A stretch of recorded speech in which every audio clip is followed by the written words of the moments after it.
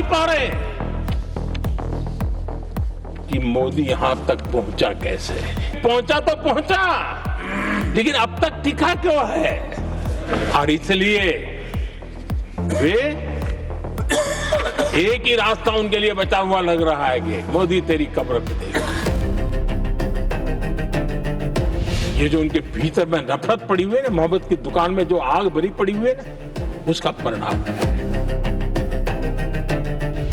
इसलिए मोदी की कब्र खोदने का नारा लेकर के वो चल रहे हैं। इसी सदन के एक माननीय सांसद, कांग्रेस के शातिर दिमाग जिनका है ऐसे युवराज ने उनको गद्दार कह दिया। अहंकार कितनी सातवें आसमान पर पहुंच चुका है इनका।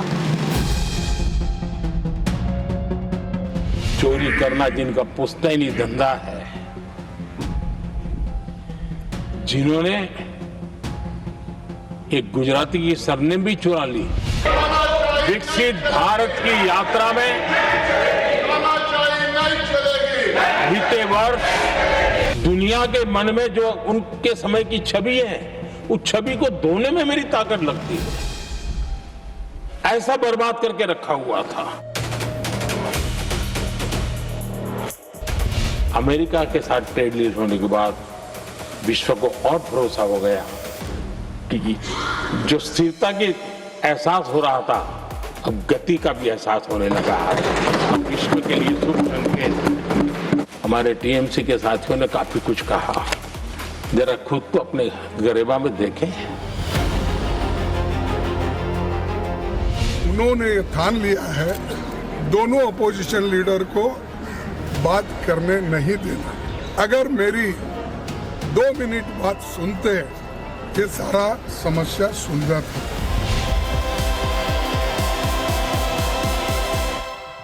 पाठशाला की पहली क्लास, राहुल किताब ही दिखाते रह गए, मोदी ने पूरी फिल्म दिखा दी। भाई संसद में राहुल, ममता, केजरीवाल सबकी कैसे क्लास लगी है। लोकसभा में घेरने वालों से लेकर मोदी तेरी कब्र खुदेगी वालों तक को आज खुलकर क्या जवाब दिया है पीएम मोदी ने। राहुल की किताब के जवाब में पीएम मोदी ने कौन सी किताब खोलकर नेहरू इंदिरा सबको एक्सपोज कर दिया। सबसे पहले इसका चैप्टर देखिए। हमने आपको कल ही पाठशाला में बताया था कि राहुल गांधी एंड कंपनी संसद में पीएम मोदी को बोलने नहीं दे रहे हैं। कल उनका लोकसभा में भाषण नहीं हो पाया और हमने आपसे कहा था कि ये लोग इस बात से डरे हुए हैं कि मोदी बोलेंगे तो धुआं धुआं कर देंगे, तो एक काम करो इनको बोलने ही मत दो। और इसलिए महिला सांसदों को आगे करके पीएम मोदी के खिलाफ बड़ा प्लान बना लिया था। लेकिन आज पीएम मोदी संसद में बोले, राज्यसभा में बोले और ऐसा बोले कि पूरे इंडी गठबंधन की कायदे से समय लेकर इन्होंने धुलाई की। करीब 100 मिनट के करीब बोले पीएम मोदी। इंडी वालों और कांग्रेस ने कोशिश तो बहुत की कि पीएम मोदी के भाषण को रोका जाए, खूब नारेबाजी वगैरह किए, हंगामा करते रहे, लेकिन कितना देर करते। मोदी तो रुकने वाले थे नहीं, थकने वाले थे नहीं। जो हंगामा कर रहे थे वही थक के बाद में बाहर चल गए। क्या राहुल गांधी, क्या गांधी खानदान, क्या ममता, क्या केजरीवाल, पूरे इंडी गठबंधन की राज्यसभा में पीएम मोदी ने आराम से धीरे धीरे एक एक फैक्ट रख के धज्जियां उड़ाई। सबसे ज्यादा क्लास तो राहुल गांधी की लगाई, जो 4 दिन से इंडी गठबंधन में हीरो बनकर घूमने का प्रयास कर रहे थे, किताब लहरा रहे थे, पीएम मोदी पर अनाप शनाप बोल रहे थे। आज पीएम मोदी ने एक झटके में सारा हिसाब बराबर कर दिया। पीएम मोदी ने जब बोलना शुरू किया तो इंडी वाले टिक नहीं पाए। कांग्रेस, इंडी वाले सब छोड़ के चल दिए। जो लोग कल तक कह रहे थे कि पीएम मोदी डर गए, मोदी भाग गए, वो खुद हिम्मत नहीं दिखा पाए नरेंद्र मोदी को संसद में सुनने की। वो खुद भाग गए। नरेंद्र मोदी ने आज संसद में कैसे धुआं उड़ा दिया, कैसे वो किताबें खोल दी जो नेहरू और इंदिरा से लेकर पूरे गांधी परिवार के लिए आज की डेट में एक बड़ा सवाल बन गया है। मोदी तेरी कब्र खुदेगी बोलने वालों से लेकर कल लोकसभा में जो पीएम की कुर्सी के पास पीएम को घेरने निकले थे, उन सब को कैसे कैसे इन्होंने जवाब दिया है। ऐसी ऐसी बातें बताई हैं जो देश पहली बार सुन रहा था, वो भी आपको दिखाऊंगा। लेकिन पहले जो हुआ उसकी एक झलक देखिए।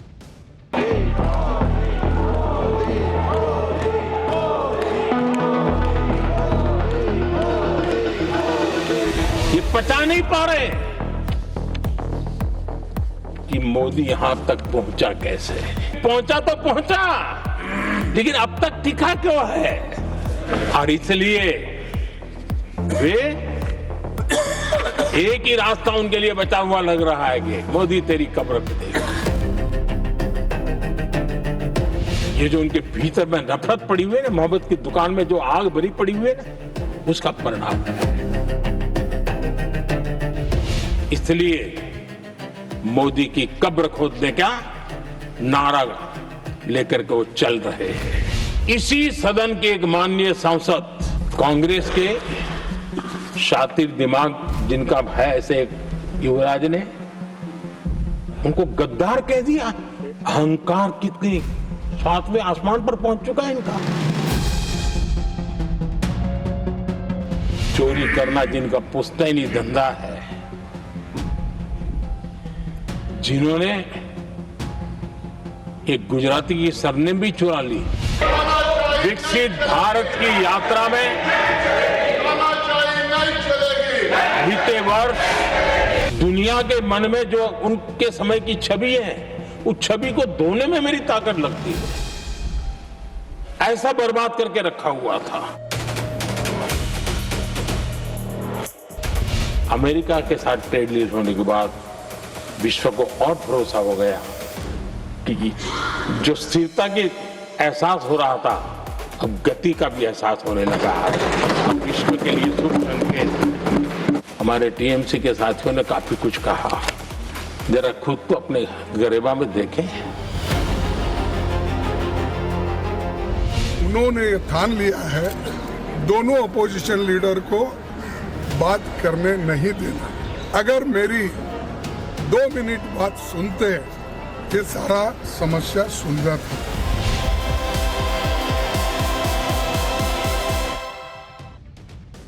बहुत दिनों से लोग पीएम मोदी को संसद में सुनना चाह रहे थे। बोलना तो वो कल लोकसभा में ही चाहते थे, संसद में आके बैठे हुए भी थे, लेकिन राहुल गांधी एंड कंपनी की वजह से वो भाषण नहीं हो पाए। नैरेटिव बनाया जाने लगा कि पीएम मोदी डर के भाग गए।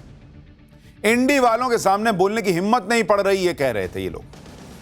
लेकिन हमने कल ही आपको कह दिया था कि पीएम मोदी बोलेंगे ना तो ऐसे लोगों के कान से धुआं फेंक देगा। ये लोग बर्दाश्त नहीं कर पाएंगे, सुन नहीं पाएंगे। और आज वही हुआ। राज्यसभा में पीएम मोदी ने बोलना शुरू किया तो राहुल गांधी से लेकर पूरे गांधी परिवार को लेने के देने पड़ गए। पूरा ऑपोजिशन थोड़ी देर तो सुना, नारे वारे लगाया, उसके बाद उठ के भाग गया बाहर, चल दिया बाहर। राहुल गांधी की कैसे क्लास लगी, पहले आप वहां से शुरू कीजिए, देखिए।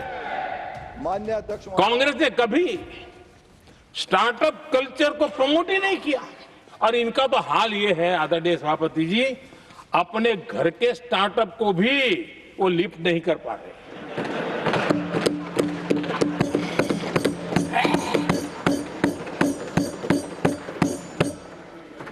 और हमारी सरकार में आज 2 लाख से ज्यादा स्टार्टअप है। चोरी करना जिनका पुश्तैनी धंधा है, जिन्होंने एक गुजराती की सरनेम भी चुरा ली।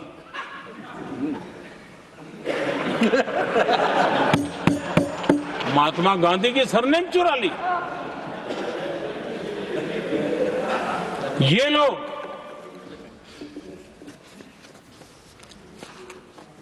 और देश की जनता इतनी समझदार कि ऐसी पटक देती है, ऐसी पटक देती है लोगों को। प्रधानमंत्री ने एक एक चीजें बताई और गांधी सरनेम कैसे लगा है वो तो हम आपको पाठशाला में विस्तार से बता चुके हैं भाई। पूरा इतिहास खोलकर देश को बता चुके हैं कि नेहरू सरनेम चलते चलते कैसे फिरोज घैंडी से गांधी हो गया और चले जा रहा, खत्म ही नहीं हो रहा है। वो आज पीएम मोदी ने कहा कि इन्होंने एक गुजराती महात्मा गांधी का सरनेम चुराया हुआ है। और ये तो कुछ भी नहीं है। पीएम मोदी ने तो गांधी परिवार को आज ऐसी ऐसी बातें सुनाई कि पूरे कांग्रेस के होश उड़े हुए हैं, जिसके बारे में विस्तार से आगे बताऊंगा। लेकिन आप देखिए कि इंडी गठबंधन ने कोशिश तो आज भी की कि आज भी मोदी किसी तरीके से बोल ना पाए, उनकी स्पीच ना हो पाए। पीएम मोदी जब राज्यसभा में आए, बोलना शुरू किए, तो बोलते ही कांग्रेस और इंडी गठबंधन वाले नारेबाजी करने लगे। काफी देर तक यह नारेबाजी होती रही। पूरा प्रयास किए कि ध्यान भटक जाए नरेंद्र मोदी का, बोल ना पाए। मोदी रुकने वाले हैं। कितना बार ऐसा हो गया कि ये लोग पूरे टाइम चिल्लाते रहे लोकसभा में, लेकिन नरेंद्र मोदी बोलते रहे।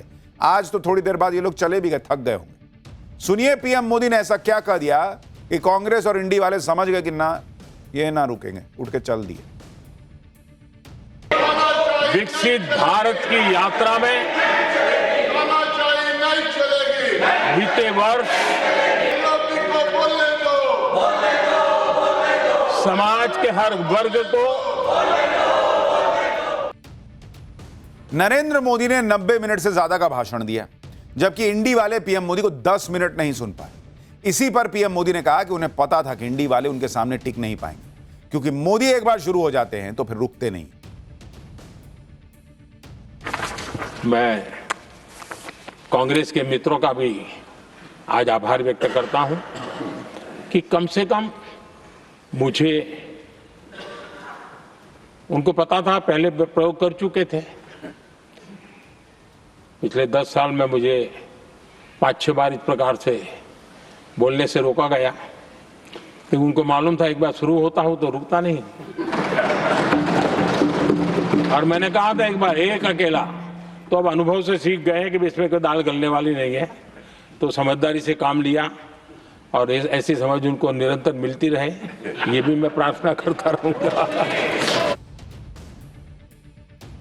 कल इन लोगों ने लोकसभा में पीएम मोदी के खिलाफ बड़ी प्लानिंग की थी, लेकिन आज राज्यसभा में इनकी कोई प्लानिंग काम नहीं आई।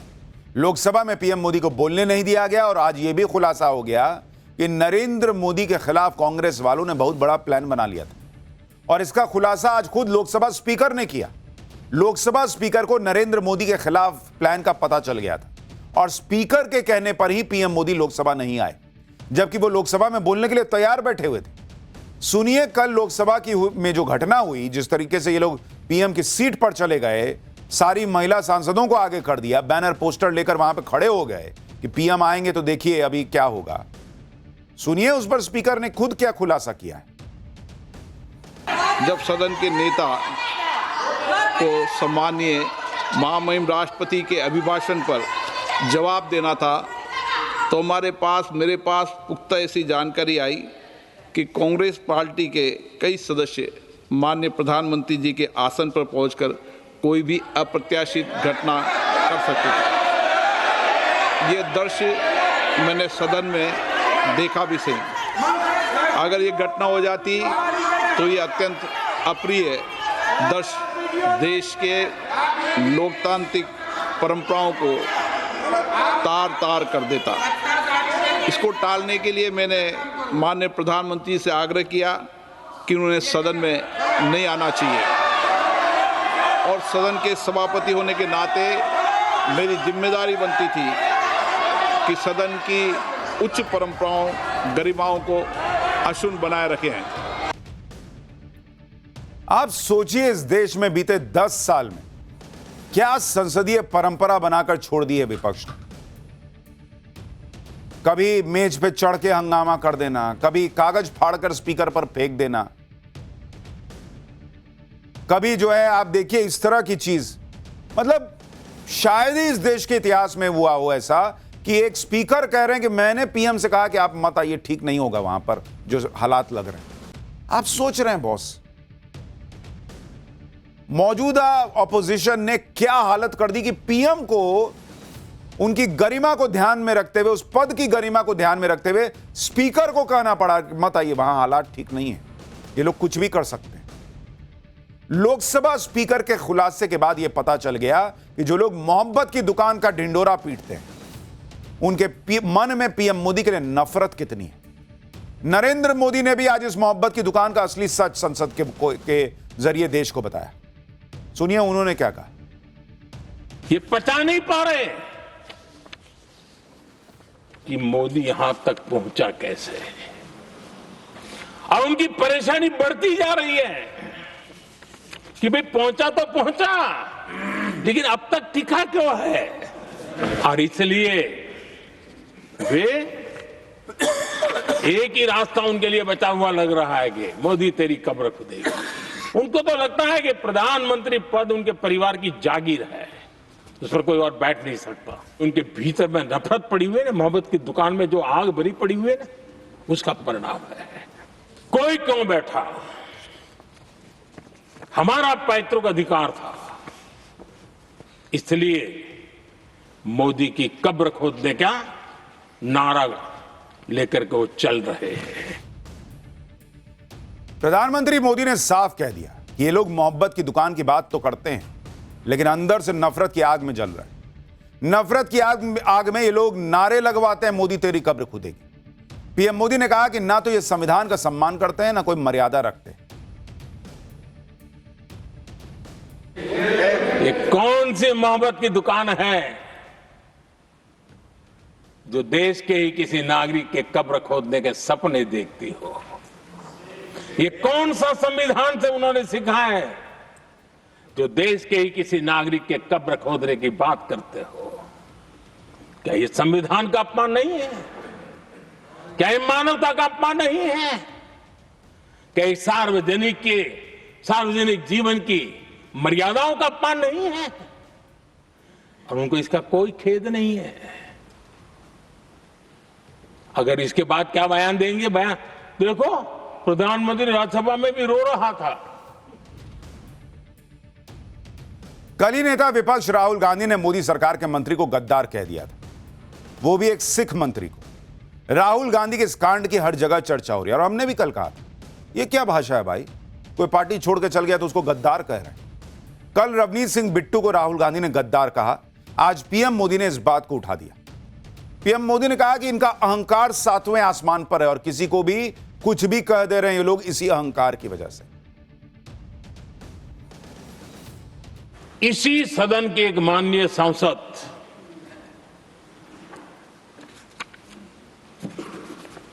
कांग्रेस के शातिर दिमाग जिनका है ऐसे एक युवराज ने उनको गद्दार कह दिया। अहंकार कितनी 7वें आसमान पर पहुंच चुका है इनका। कांग्रेस को छोड़कर के कितने ही लोग निकले हैं, कांग्रेस के कितने टुकड़े हुए हैं, कई लोग दूसरे दलों में गए हैं, लेकिन औरों को तो किसी को गद्दार नहीं कहा उन्होंने। लेकिन कल सांसद को गद्दार इसलिए कहा क्योंकि वो सिख थे। ये सिखों का अपमान था और उनको जरा भी दर्द नहीं, वरना आज खड़े होकर के कह सकते थे कि कल जो हुआ इसी सांसद की गरिमा के अनुरूप नहीं था, हमें खेद है। एक शब्द तो बोल लेते। उन्हें अपने राजनीतिक विचारों में परिवर्तन किया इसलिए गद्दार हो गए।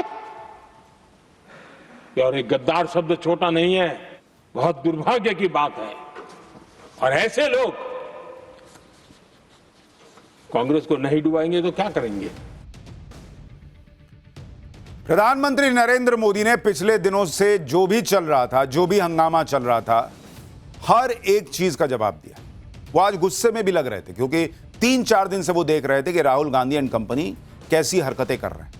संसद के अंदर कैसे बवाल मचा जा रहा, किताबें लहराई जा रही हैं, चेयर पर पेपर फेंके जा रहे हैं। राहुल गांधी पीएम मोदी को उल्टा सीधा बोल रहे हैं। कांग्रेस सोशल मीडिया पर पोस्टर डालकर पीएम मोदी को कायर डरपोक कह रही, और उसके बावजूद ये लोग कहते हैं कि इस देश में लोकतंत्र नहीं है। अरे अब और क्या बोलिएगा भाई? मां की गाली एक रैली में पढ़ ही चुकी, मोदी तेरी कब्र खुदेगी के नारे लगा ही दिए, जो मन में आता है बोल ही देते हैं, संसद में बोलने नहीं दिए, पीएम की सीट के पास घेर कर खड़े हो गए। अब और क्या रह गया है भाई? बस हाथापाई तो रह गई है, और क्या बच गया है इस देश में संसद के अंदर होना? सुनिए पिछले 3-4 दिन से राहुल गांधी पीएम मोदी को क्या क्या नहीं कहें। I don't think PM will have the guts to come to the Lok Sabha today. Because if he comes, I'm going to give him this book. So if PM comes, I will go physically and hand him this book. डर एक line का है, सिर्फ एक line का डर है। एक लाइन है उसमें जो जिससे प्रधानमंत्री राजनाथ सिंह जी पूरी सरकार डरी हुई है। वो लाइन में अंदर बोलूंगा, कोई नहीं रोकेगा मुझे। अरे आपको कौन रोक लेगा बॉस? कोई नहीं रोक सकता आपको। 2 दिन से राहुल गांधी पीएम मोदी के खिलाफ माहौल बना रहे थे, किताब लहराकर सियासी टशन दिखा रहे थे, लेकिन आज पीएम मोदी ने भी गांधी परिवार के इतिहास की किताब संसद में खोलकर तगड़ा जवाब दिया। पीएम मोदी ने संसद में इंदिरा गांधी का एक भाषण पढ़ दिया जिसमें वो बता रही थी कि कैसे उनके पिता नेहरू जी देश के लोगों को ही देश की समस्या मानते थे, और यही सोच इंदिरा गांधी में भी थी। तो किताब के जवाब में पीएम मोदी ने नेहरू गांधी नेहरू इंदिरा का जिक्र कर पूरे कांग्रेस की कैसे क्लास लगा दी, क्या इतिहास बता दिया। सुनिए आप, आपका सिर शर्म से झुक जाएगा कि इस देश के प्रधानमंत्री रहने वाले नेहरू जी और इंदिरा जी इस देश की पब्लिक को प्रॉब्लम मानते थे। और मैं जो इंदिरा जी ने कहा था उसको कोट कर रहा हूं। जब किसी ने मेरे पिताजी से पूछा, यानी नेहरू जी से पूछा कि उनके सामने कितनी समस्याएं हैं, तो उन्होंने उत्तर दिया था 35 करोड़। उस समय हमारे देश की जनसंख्या थी 35 करोड़। 35 करोड़ देशवासी नेहरू जी को समस्या लगते थे। ऐसा कोई मुखिया हो सकता है क्या जी? और इस बात का उदाहरण देते हुए इंदिरा जी ने आगे कहा कि आज देश की जनसंख्या 57 करोड़ है, इसलिए मेरी समस्याओं की संख्या भी उतनी ही बड़ी है। यानी पिताजी को 35 करोड़ समस्या वाले देशवासी लगते थे, अब 57 करोड़ उनको समस्या। कोई ऐसा हो सकता है जो अपने ही देशवासियों को समस्या माने? ये फर्क है उनकी सोच और हमारी सोच में। राहुल गांधी के खिताब का जवाब पीएम मोदी ने अपने स्टाइल में दिया। इसी तरह से यूएस इंडिया ट्रेड डील को लेकर भी राहुल गांधी माहौल बना रहे हैं। इंडिया यूएस ट्रेड डील को लेकर राहुल गांधी और कांग्रेस कह रहे हैं कि पीएम मोदी तो डोनाल्ड ट्रंप के आगे झुक गए। ट्रंप ने अपनी शर्तों पर पीएम मोदी से डील करा ली। पीएम मोदी ने तो किसानों के हितों से समझौता कर लिया। अडानी और एप्स्टीन फाइल्स की वजह से पीएम मोदी डर गए। कांग्रेस लगातार इसी तरह की बातें करके अमेरिका से ट्रेड डील पर सवाल खड़े कर रही है। आज पीएम मोदी ने कांग्रेस को उस मामले में भी आईना दिखाया। पीएम मोदी ने कहा कि इन लोगों ने तो देश की ऐसी हालत कर दी थी भाई कि कोई डील करने आगे नहीं आता था, ये लोग पीछे पीछे घूमते थे। जो लोग थक गए,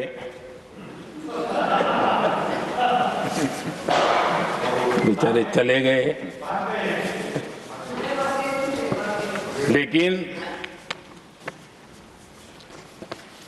कभी न कभी उनको जवाब देना पड़ेगा कि देश की ऐसी हालत कैसे बना के रखी थी कि दुनिया का कोई देश हमसे डील करने के लिए आगे नहीं आता था। आपने कोशिश की होगी, पीछे पीछे पीछे बहुत चक्कर लगाए होंगे, लेकिन किसी ने आपकी तरफ देखा भी नहीं होगा। क्या स्थिति ऐसे पैदा हुई? दुनिया के देश ऐसे ही भारत के साथ डील नहीं कर रहे हैं। अनेक देशों के साथ आज Bharat future ready trade deals कर रहा है। पिछले कुछ ही समय में